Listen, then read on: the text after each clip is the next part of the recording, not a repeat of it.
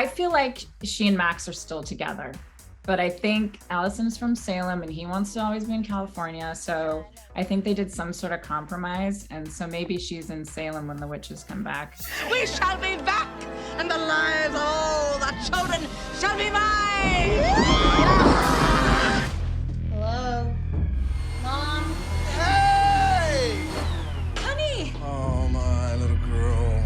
Oh my gosh, Vanessa, The Blazing World was such a mind-melting film. How are you describing this crazy project to your family and friends? I agree. It is a fantastic world to enter into. And what's so great about it is that it is fantastical. It is otherworldly, literally. But what is wonderful about it and what people can really grasp is that it's grounded in some sort of reality where it's really the story of a young woman who's really dealt with a lot of traumas and is revisiting them in a way that's healthy in some ways. And not ignoring them anymore. She's in a desperate situation to begin with. By way of revisiting parts of her past, she's able to move into the future, and her family is as well.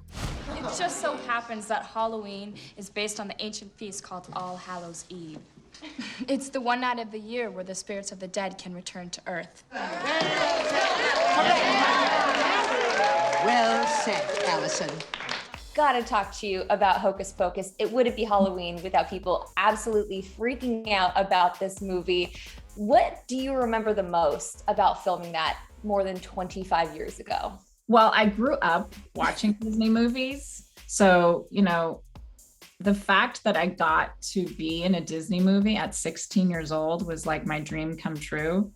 And the fact that it was directed by Kenny Ortega and Bette Midler and Sarah Jessica Parker and Kathy Najimy, and then my friends literally were Thora Birch and Omri Katz. It basically was everything I could have dreamed of to be in a movie like that. Again, it was like just the cat being like one of the first CGI cats and all these breakthrough kind of things, and the witches on the harnesses and running after us, and just this sensory overload for me as a child, and then every day just having fun and running from witches.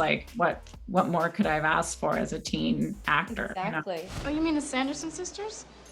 I know all about them. My mom used to run the museum. There's a museum about them? Yeah, but they shut it down because a lot of spooky things happen there. Fans are of course freaking out because Disney just announced that they will be doing a Hocus Pocus sequel. The Sanderson sisters are coming back. What are the chances that we could get the coolest girl in Salem, Allison, to be in this movie? Vanessa, what can you tell me?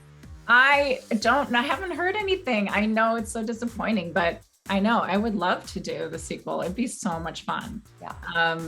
I think there's just a different storyline. I think it's with younger people, but why can't we all come back in some way? I want to see what Allison is up to today. What do you think she's up to? Do you think she and Max were endgame? I feel like she and Max are still together, but I think, Allison is from Salem and he wants to always be in California. So I think they did some sort of compromise. And so maybe she's in Salem when the witches come back, visiting her mom or something. I think that it's their kids who should then light the black flame candle again. Right? Yes. Like Back to the Future, where the kids are messing everything up in the sequel. Yeah. Oh, come on. It's just a bunch of hocus pocus. Max, I'm not kidding this time. It's time to go. Max, no! Uh-oh. The film has only grown in popularity, which is insane, since it came out 28 years ago. And I feel like the fans now know every little fact about it. But do you have a behind the scenes fun fact or memory that you think fans would be surprised to know? Some fun fact or memory that I personally enjoyed, which was the cats. What was so cool about these cats was there was literally a wall of cats that could all do one thing, and they trained them to do one thing. So if they jumped on your shoulder, that was the one thing they could do. Or if they, slept on you and you were holding them, that was the best cat for that job. And the cat who slammed the book closed when we're trying to figure out a spell, running from the sisters. I know there's so much more, but I think that's the one fun fact, because not many people know that there was not just one cat, but there's literally 25. Cat's got my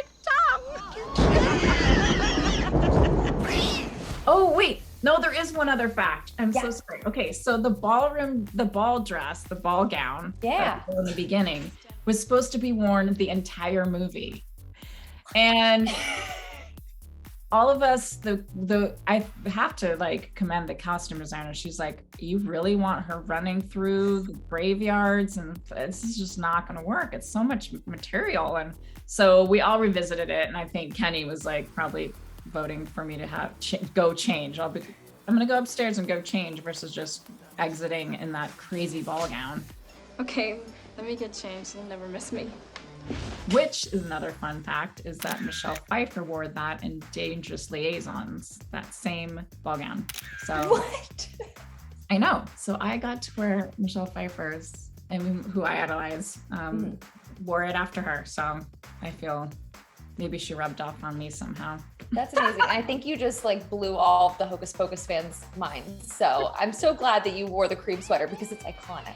It is. Isn't it so iconic? And I'm so bummed about the red hooded cape. I was like, I should have just demanded to keep that thing, but I didn't. I didn't keep any of the clothes. Why didn't I do that? Anyway, I do have the memories in my heart. I couldn't wear anything like that because I don't have any, what do you call them, Max? Yabos? I love that. How many people try to send you salt? Ah, actually, nobody has sent me salt. That's very, very funny. Salt. Ha! What a clever little white witch. I love it. And we all do as well.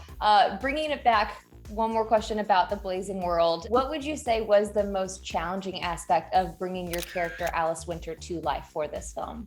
I read it and I really resonated with her childlike aspect. You know, she's definitely has dissociative disorder. So she's in her own world, and I felt like it was more like her playing as a child. And so therefore it wasn't as scary for me. So I was able to come out of it and, you know, enjoy going in to that dark direction. She really is a piece of work, Alice. You know, she's literally not in this planet, you know. Yeah. So Just a little bit, just a little bit. yeah. She is imprisoned between life and death. Let me bring her back. She is held by 3 demons. To open the door, find the 3 and take their keys.